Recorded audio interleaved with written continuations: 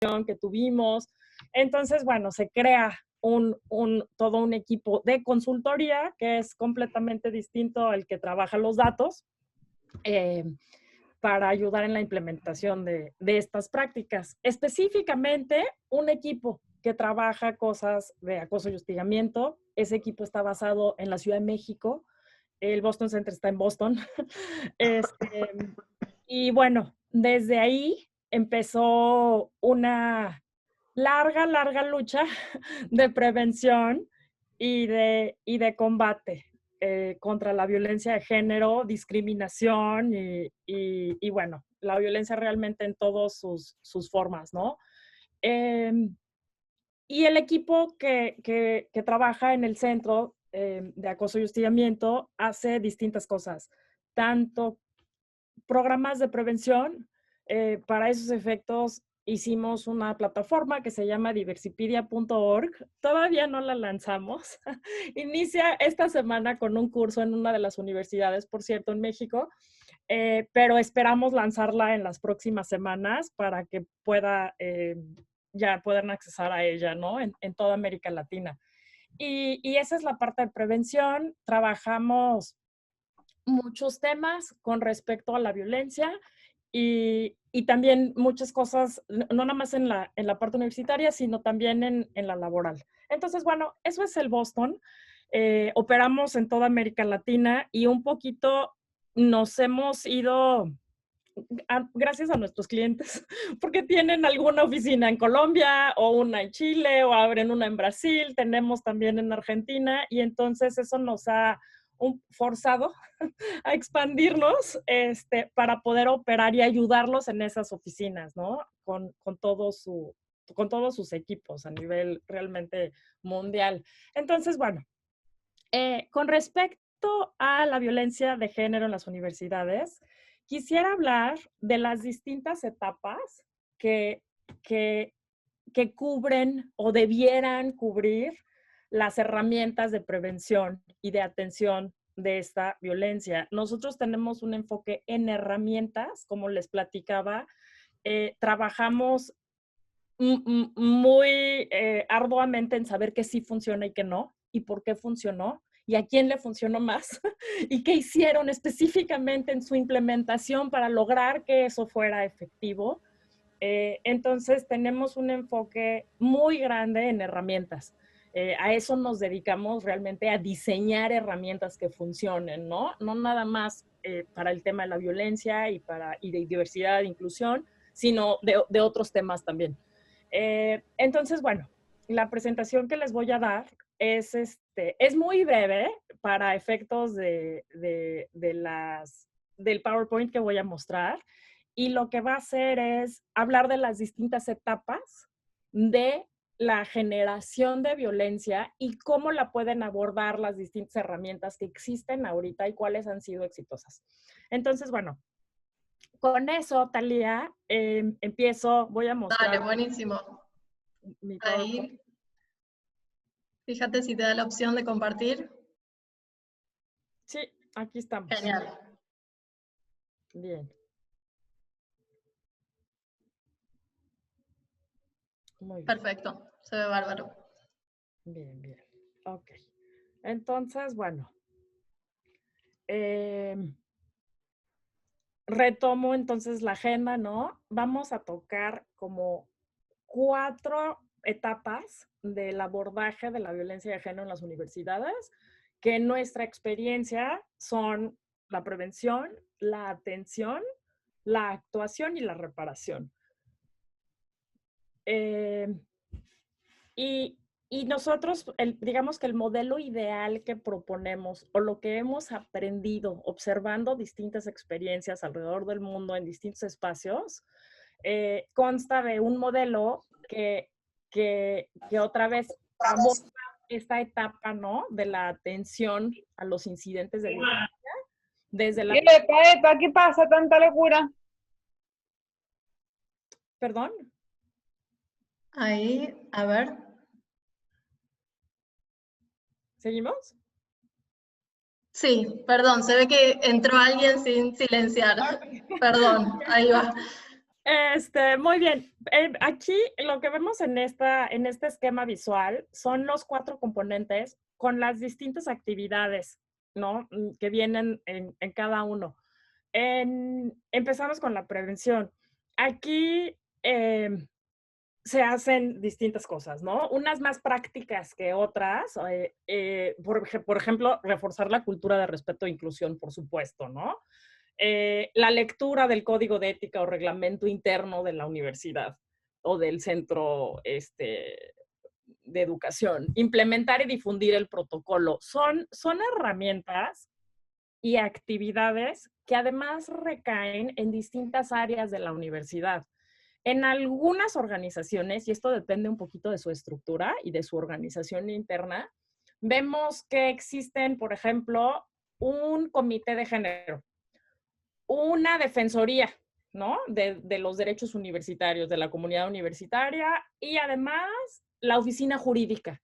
Y entonces entre estas 3 áreas se reparten distintas actividades, ¿no? En algunas otras, en otras situaciones tienen, por ejemplo, pues no, ahí la oficina jurídica no hace nada, es el área de género por completo la que ve estos temas. En otras nos ha tocado observar que es el área de comunicación la que hace muchísimas cosas de prevención, porque en su momento heredó esa tarea de la universidad, porque empezaron a suceder casos o incidentes, y entonces un poquito de manera muy natural la universidad, para reaccionar ante ellos y contener, ¿no? la noticia, hacía que el área de comunicación trabajara específicamente como ese tema, y entonces empezaron a crecer ahí sus distintas responsabilidades, y ahora es la encargada, ¿no? De capacitación, por ejemplo, lo hemos visto. Y sabemos también de dónde viene, ¿no? Por la naturaleza de este tipo de incidentes en las universidades. Entonces, bueno, todo esto para comentarles que quizás ustedes hayan observado en distintas universidades que conozcan o de las que sean partes, incluso en empresas, no nada más en el ámbito universitario, tienen las distintas áreas, se hacen cargo, ¿no? De elementos de prevención. Entonces, bueno, esta parte es indispensable. Y además de reforzar la cultura, de llevar a cabo las capacitaciones, de difundir todas las herramientas con las que ya cuenta la organización, es la encargada también en algunas ocasiones de contener, ¿no? Los incidentes o la noticia o lo que haya pasado en la universidad. Entonces, bueno, esa es la parte de prevención. Después está la parte de atención. Esta es la parte de atención a las partes involucradas en un incidente de violencia. Aquí, por ejemplo, y lo vemos en algunos protocolos o lineamientos que encaran este tipo de incidentes, se cuenta con medidas de atención. Aquí varían muchísimo de organización a organización, pero pueden ser desde medidas muy específicas, ¿no? Que vengan en un protocolo en donde la parte afectada recurre a una oficina de atención, ¿no? Psicológica dentro de la universidad. O el grupo de primeros respondientes, que son las personas capacitadas en la universidad para orientar a las personas afectadas o a las señaladas, para orientarlas y decirles, sí, acude, aquí está el protocolo, o ve a la oficina de la Defensoría de los Derechos, o ve a la de los abogados. Este grupo de primeros respondientes también en ocasiones está capacitado para atender a las partes, ¿no? O sea, contenerlas, atenderlas, no revictimizarlas, no señalarlas y reclamarles, ¿no? Y aquí sí quisiera hacer un énfasis en que la atención va a las 2 partes. No es nada más la parte afectada, también la parte señalada. En el modelo ideal que nosotros proponemos, es importante contar con medidas de acompañamiento hacia las 2 partes. En ocasiones la parte señalada se queda completamente aislada, ¿no? eso es muy natural, no nada más en el contexto universitario, también en el privado, lo hemos visto, lo hemos observado en muchas empresas y ONGs. Es muy natural, ¿no? O sea, que la gente un poquito como que se distancie de los hechos y de las personas, y hemos encontrado que como medida restaurativa, las partes señaladas es importante, digamos, que vayan acompañadas también. Entonces, nosotros recomendamos que existan medidas de atención para ambas partes. Y bueno, y la tercera cosa importante acá es también para la organización. Tiene que existir un espacio en donde haya una reflexión para la organización, para la universidad o la empresa, que diga, bueno, ¿qué tenemos que hacer? ¿Cuáles son las acciones inmediatas, internas, legales, institucionales y o sea, cualquier otro tipo que tenemos que llevar a cabo ahorita, ¿no? Por supuesto que depende muchísimo del nivel de ofensa, pero sí es importante que exista este espacio para la organización en donde la misma universidad diga qué estamos haciendo mal, ¿no? O qué estamos haciendo bien y qué requerimos hacer de manera inmediata. Entonces, es una medida de atención para las partes y para la organización. Después de esto, y un poquito sigue como el proceso natural de la atención de un incidente, es la actuación, es la etapa de actuación, ¿no? Aquí básicamente nos referimos específicamente al mecanismo, al procedimiento que tenga la universidad instalado para llevar a cabo una queja o una denuncia, ¿no? ¿Cómo se integra esa queja? Es decir, si se hace a mano, vas y la tienes que entregar, la tienes que ratificar, es súper legalista en ese sentido, o la puedes hacer en línea a través de un formato, ¿no? ¿Se admiten quejas anónimas o no? Algunas universidades no admiten quejas anónimas, punto final, y se comprometen a resolver además todas, ¿no? Las que no sean anónimas. Hay otras que sí las admiten. Aquí, entonces, bueno, ¿cómo se integran, no? ¿Cómo llegan? ¿Quién las recibe? ¿Cómo se integra? Y después, ¿cómo se investiga? ¿Quién lleva a cabo el procedimiento de investigación y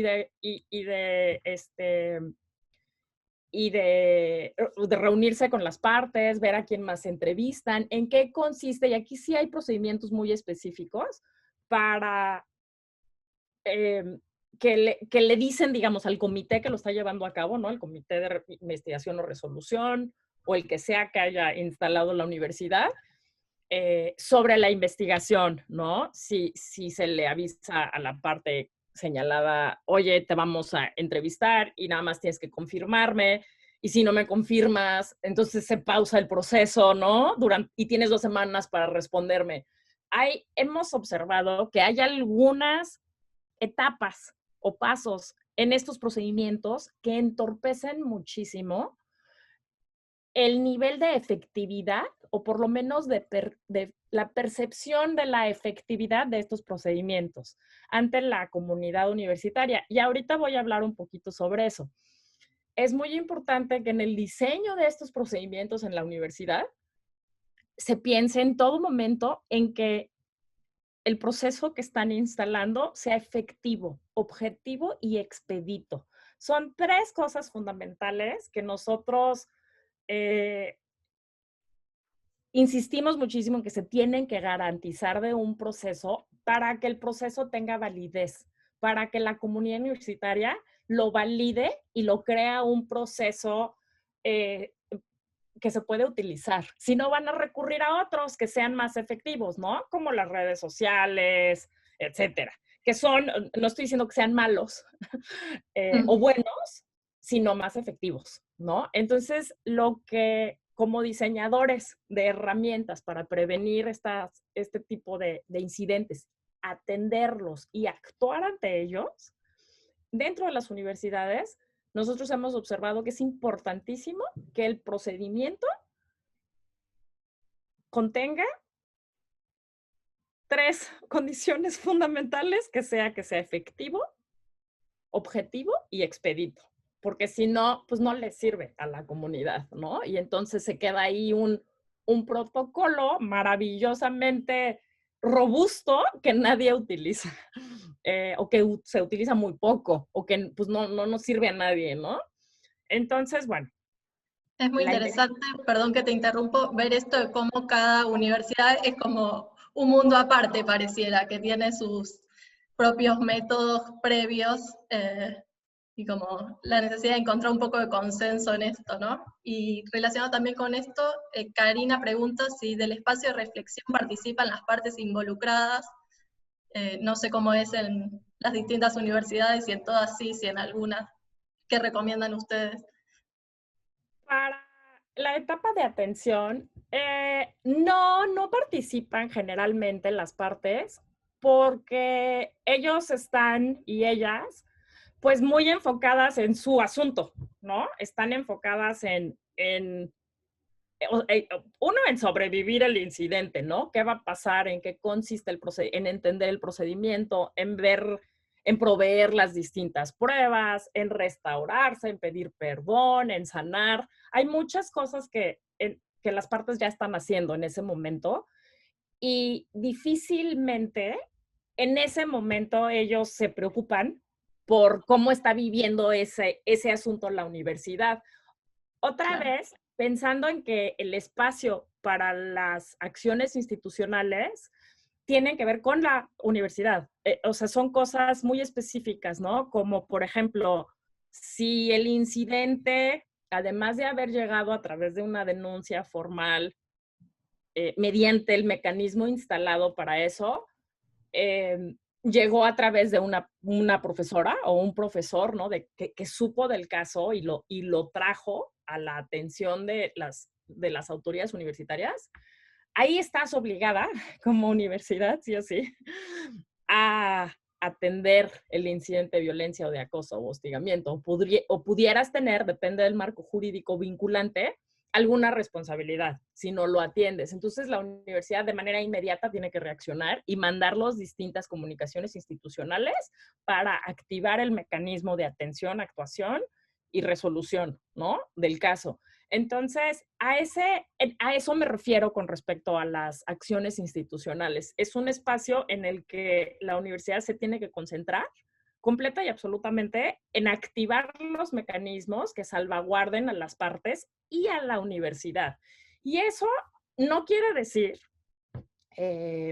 aunque sucede, no quiere decir que se ocupe la universidad de estar sacando comunicados, ¿no? Mediáticos para quitarse de culpas. No quiere decir eso, quiere decir que esté actuando internamente de la manera correcta para activar los mecanismos. Quizás exista la necesidad institucional de reaccionar mediáticamente. Pues sí, o sea, es algo que se tiene que hacer a veces y está bien que lo hagan, ¿no? Supongo que pues no lo van a dejar de hacer nunca, las organizaciones, empresas, todos. Pero en realidad nuestro enfoque acá o preocupación es que se lleven a cabo las acciones institucionales, tanto legales como para activar todos los mecanismos internos para atender el caso. ¿Con eso contesté la pregunta? Buenísimos, yo creo que sí. Buenísimo. Sigo con este componente de actuación entonces, porque tiene ahí varias como actividades. Entonces, bueno, la parte de integración, la de investigación y la de resolución. La de resolución básicamente es quiénes son, ¿no? Quiénes componen el comité de resolución. Cuentan con un catálogo de conductas, por ejemplo. El protocolo tiene un catálogo de sanciones muy específico o no, y entonces ellos y ellas pueden pues tener ahí como utilizar otros criterios, ¿no? Para determinar la sanción o la medida restaurativa. ¿Qué tan legalista es? ¿Qué tan capacitados están? ¿No? O sea, ¿son expertos o a veces es pues el de recursos humanos, ¿no? Entonces, bueno, todos estos elementos van sumando a la validación de todo tu sistema. Si en la integración tú le pones todos los obstáculos absolutos del mundo mundial a la parte afectada para denunciar, no, que tiene que ser impreso. Y una vez que lo traigas, tienes que regresar y firmar la ratificación, a ver si sí efectivamente estás segura o seguro de querer hacer. O tienes que, no sé, algo así como súper complicado, pues, o sea, ahí pues vas quitando, ¿no? Ganas, pues, o sea, de que el proceso sea realmente, pues, de que la gente lo quiera llevar a cabo. Si de por sí es difícil, porque tiene muchos costos,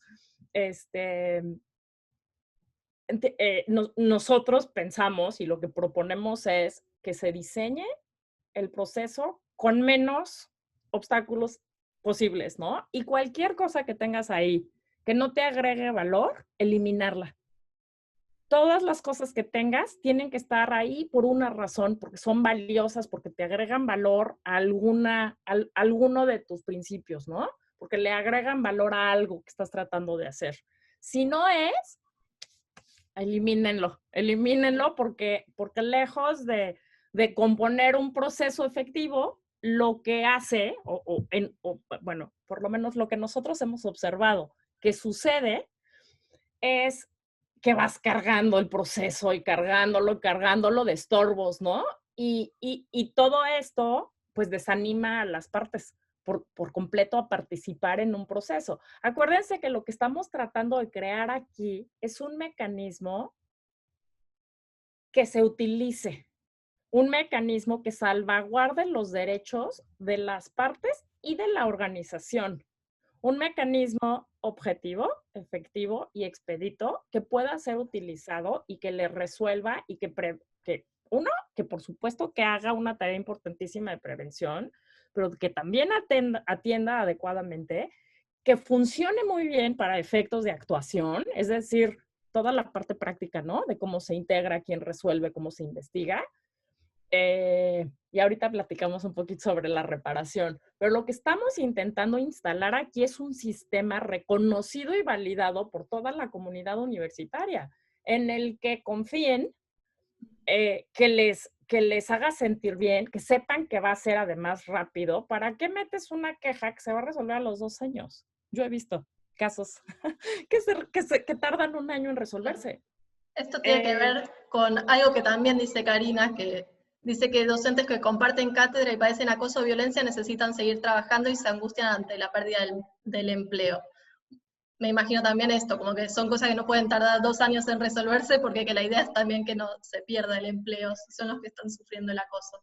Por supuesto, absolutamente, absolutamente, completamente. Sí, eso es muy común. ¿Y cómo impedimos esto? Creando un mecanismo efectivo, ¿no? En el que la gente pues pueda confiar y utilizar, porque pues al final del día el objetivo de esto es crear un mecanismo que resuelva este tipo de cosas. Entonces, bueno, pasamos a la siguiente etapa, que es la etapa de reparación. Y aquí básicamente es el seguimiento de la implementación o ejecución de las medidas que propone el consejo que resuelve, ¿no? De esta etapa, de la de actuación.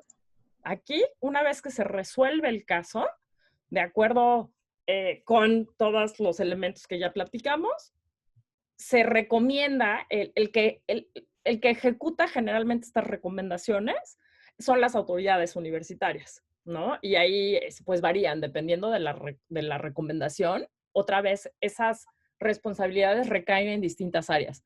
Entonces, es la universidad la que ejecutan las medidas o restaurativas o sanciones. Y puede haber las dos también en la misma resolución.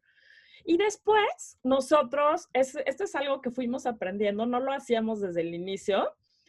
Nosotros tenemos un consejo privado de investigación y resolución de casos que además de diseñar protocolos,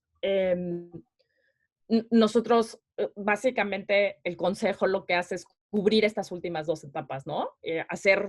Nosotros recibimos las quejas, investigamos, resolvemos. La materia de este consejo es el protocolo de la organización y hemos aprendido que una vez que se termina eso, se ejecuta la medida, la medida recomendada aquí, ya sea restaurativa o la sanción. En ocasiones regresas al protocolo y dices, híjole, que no me sirvió, ¿qué me faltó? ¿No? Nosotros hemos hecho cambios, por supuesto, y eso fue lo que además nos permitió aprender de este último punto que nosotros llamamos acciones de mejora continua.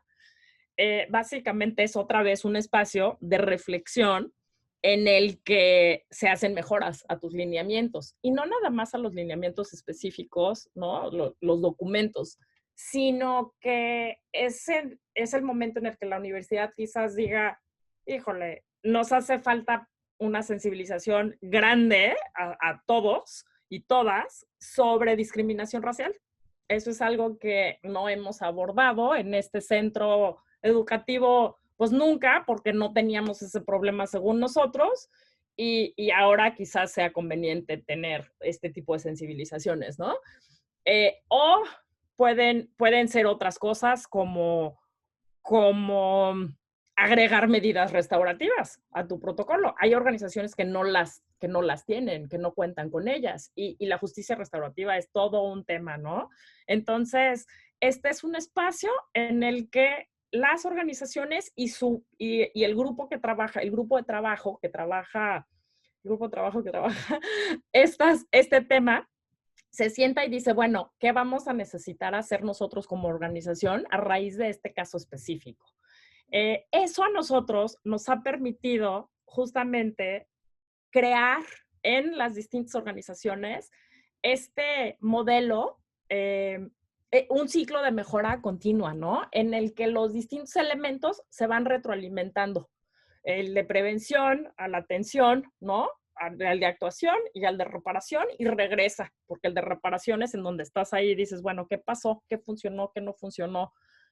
¿Qué otras medidas de prevención necesitamos instalar acá desde el inicio? ¿Quién las lleva a cabo? ¿Nos funciona que efectivamente sea el comité de género que lo haga o debiera ser el área de comunicación de la universidad? O quizás asuntos estudiantiles, ¿no? Porque o sea, porque ahí es justo en donde pasa todo, o donde hay mayor,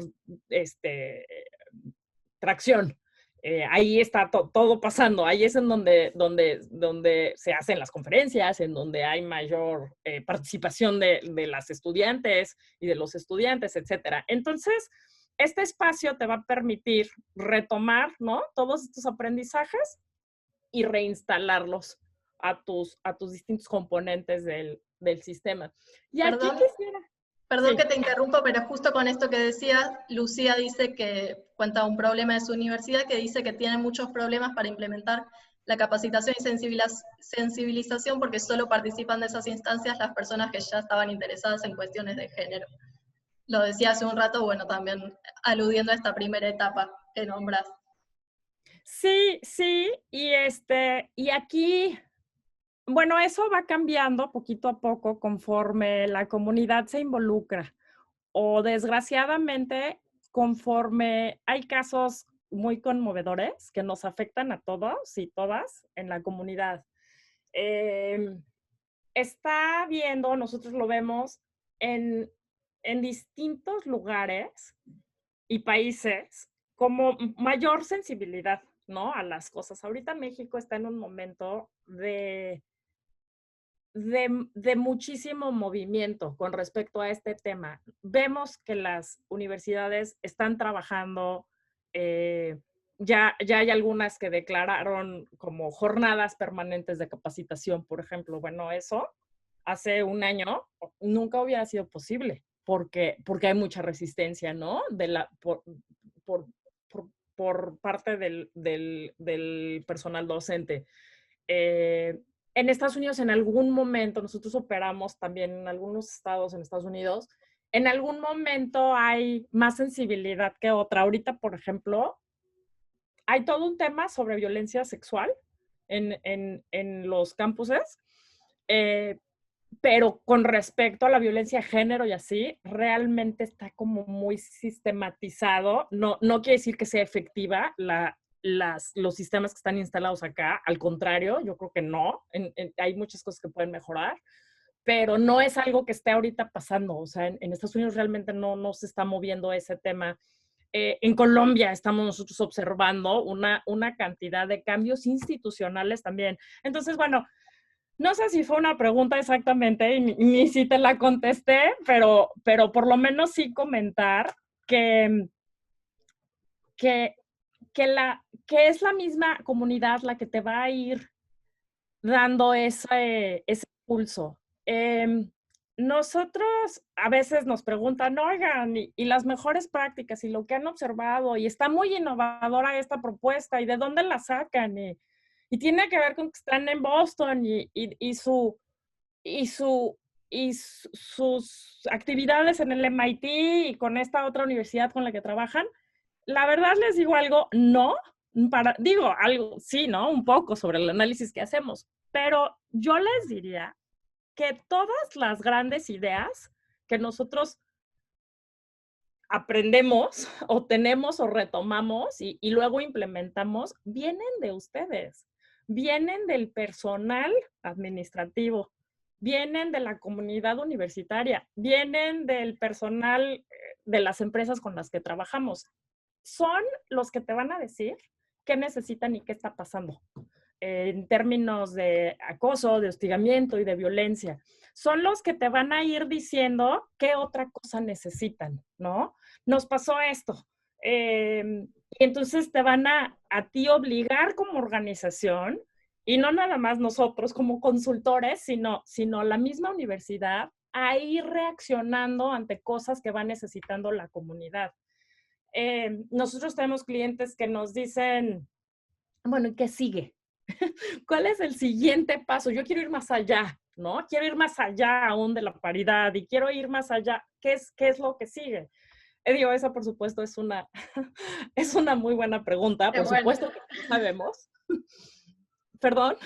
No, qué buena esta posición de las universidades. Sí. Pero bueno, un poquito, esto es algo que se está viviendo en todo el mundo y yo ahí la recomendación que les haría es que escuchen. Es en serio, es la comunidad universitaria las que los van a ir dirigiendo hacia el tipo de herramientas que tienen que diseñar. En las 4 etapas, tanto para el tema de prevención, como de la atención, como de la actuación y como de reparación. Nosotros mismos instalamos esta 4ª etapa cuando nos dimos cuenta, después de 10 meses, que eso es lo que naturalmente estaba pasando.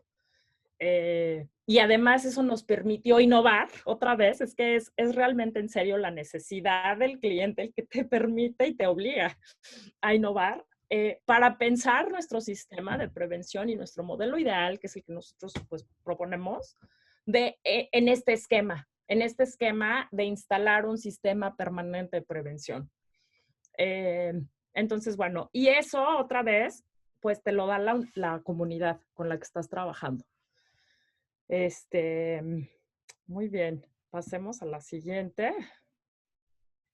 Aquí retomo las condiciones que nosotros consideramos son absolutamente esenciales para el buen funcionamiento de un modelo efectivo de prevención, atención y actuación ante violencia de género y discriminación y otro tipo de violencias, tanto en las universidades como en otras organizaciones. Tiene que existir una alineación de visión y de objetivos. En ocasiones nos sucede, y seguramente a ustedes también, y incluso lo vemos en la prensa o que de repente sale una universidad y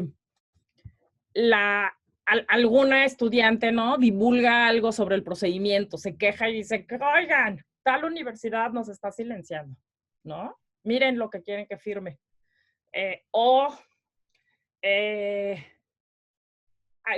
Hubo en México hubo tendederos, se llamaron tendederos, que fue que las estudiantes pusieron muchas quejas así pues en el patio, ¿no?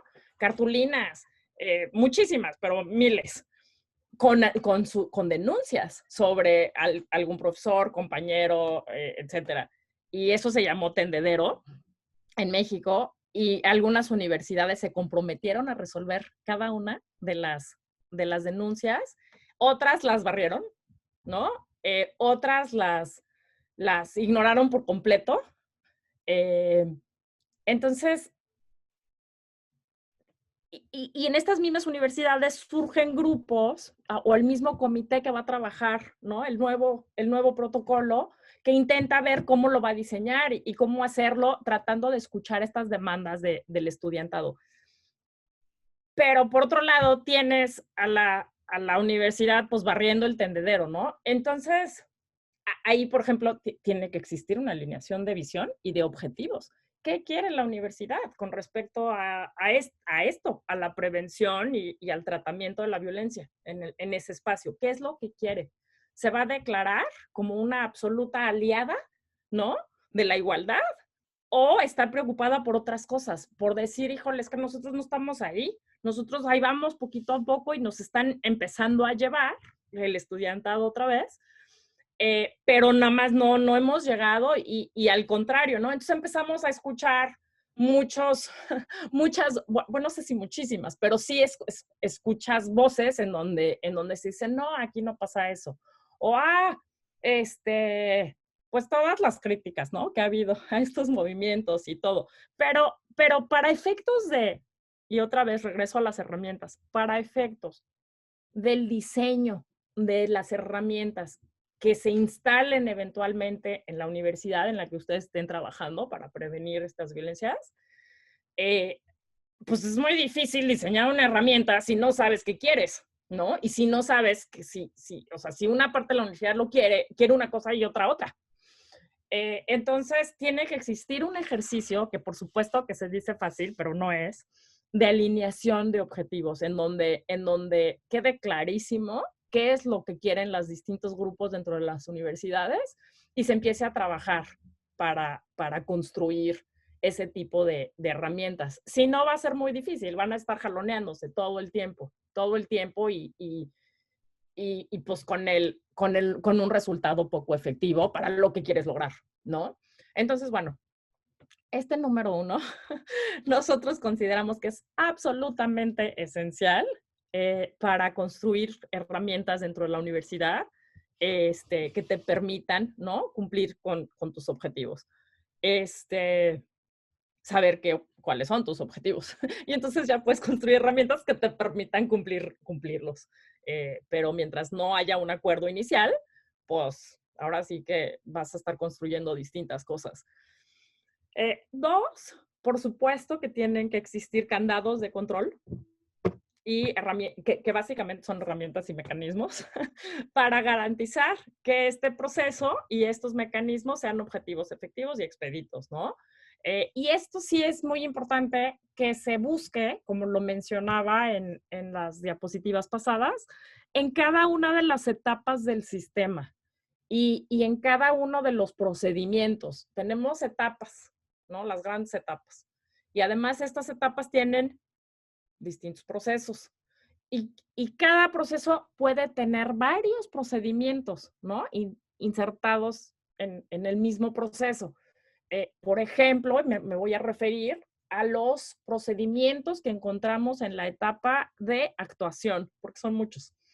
El procedimiento de denuncia. ¿Cómo se denuncia? Hay una liga.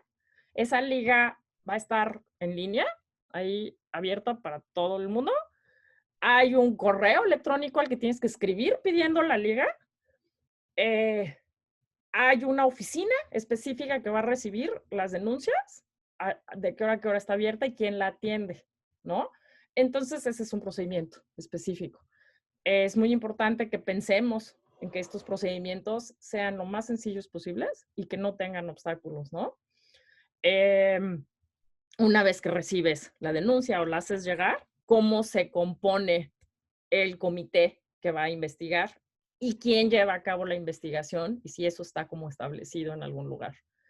Aquí, otra vez, puede ser complicadísima, llena de trabitas, no necesariamente construidas o instaladas para entorpecer, no con ese objetivo, por supuesto, nadie hace eso. Pero sí porque pues son parte de tu procedimiento y no tienes un procedimiento delgado y pues resulta que, otra vez, ¿no? Si no me contesta la parte afectada y entonces ya pasaron 5 días y se tiene que reiniciar. Entonces ya pasaron 5 meses y sigues ahí trabado en procedimientos, ¿no? Después, otro ejemplo nada más, muy breve sobre esto, es la resolución, ¿no? Si la resolución toma parte durante una sesión o son 5 sesiones, ¿eso está establecido en tus lineamientos o no? ¿Cuánto tiempo? ¿Cuál es la duración? Hay organizaciones que ponen pues 5 meses, hay otras que ponen 10 días hábiles. Entonces eso pues te obliga, ¿no? A hacer todo de la manera más expedita posible. Entonces, bueno, estos candados de control y o herramientas y mecanismos es muy importante que se diseñen pensando en la efectividad, ¿no? Del mecanismo. Y aquí quiero hablar un poquito sobre la implementación. Ya no sé si lo tengo más adelante. Ay, no. Déjenme hablar un poquito sobre la implementación. Nosotros claro. hemos aprendido otra vez que la implementación de un protocolo es fundamental para su efectivo funcionamiento.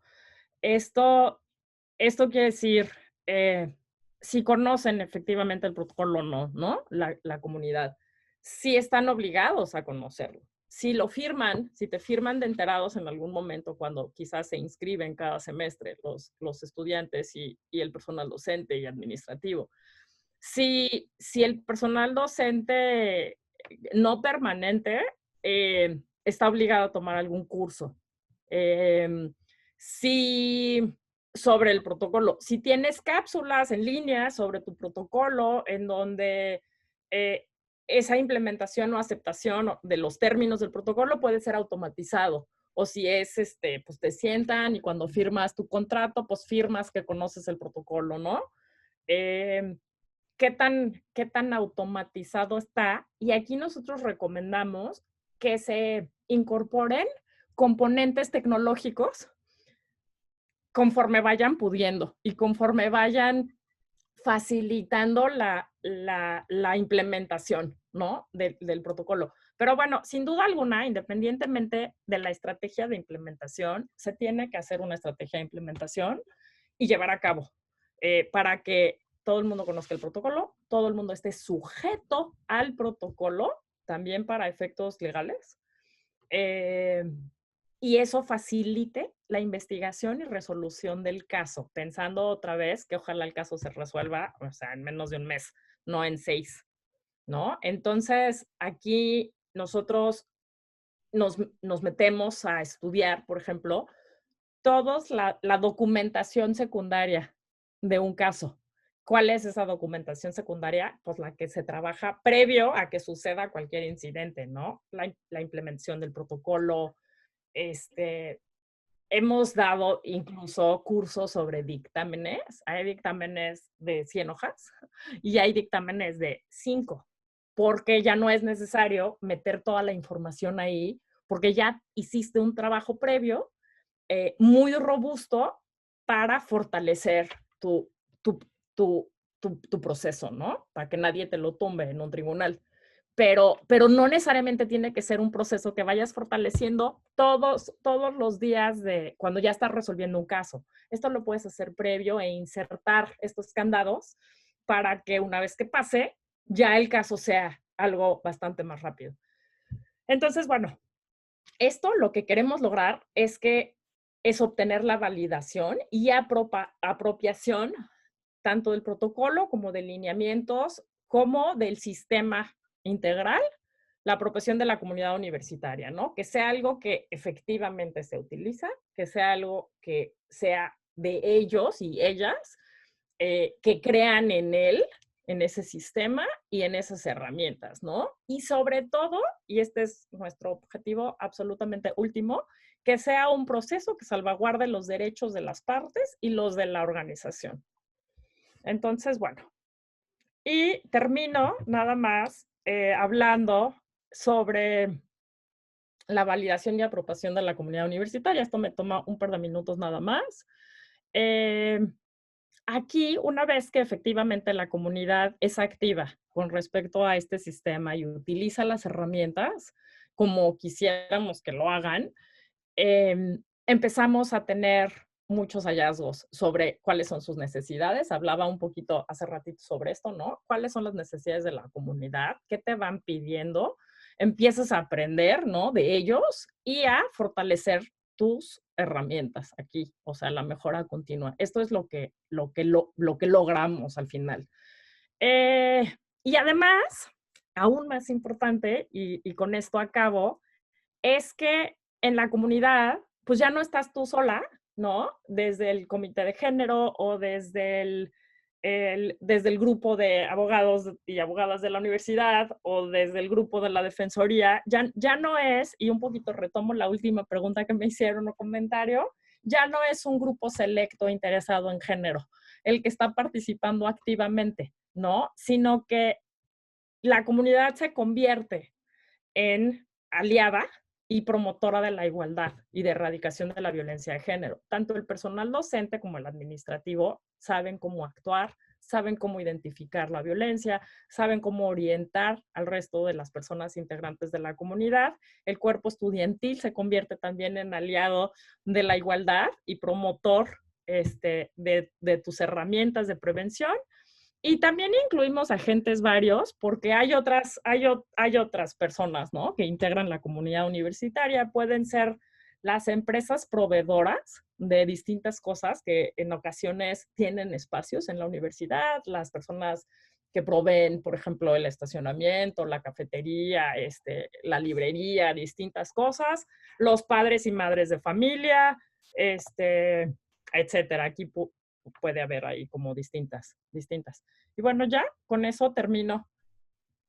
Muy interesante escucharte, Andrea, y buenísimo este cierre como de la necesidad del compromiso de todas las partes que componen la universidad. Y bueno, paso a mostrarles también la cosecha de Tamara, bueno, de todo lo que fuiste comentando. Muchas gracias, Tami, está buenísima. Gracias, qué lindo. Bueno, y Andrea, te agradezco un montón, te agradecemos desde Grow por haberte sumado hoy, por muy interesante todo lo que nos estuviste comentando. También gracias a todas las personas que se sumaron. Vamos a seguir, bueno, con este ciclo de violencia algunos días más, así que les mandamos en el mail ahora, que también les vamos a pasar el video, el link a la inscripción por si quieren hacerlo. Y bueno, nos vemos la semana que viene. Muchas gracias a todos y todas. Gracias, muchas gracias.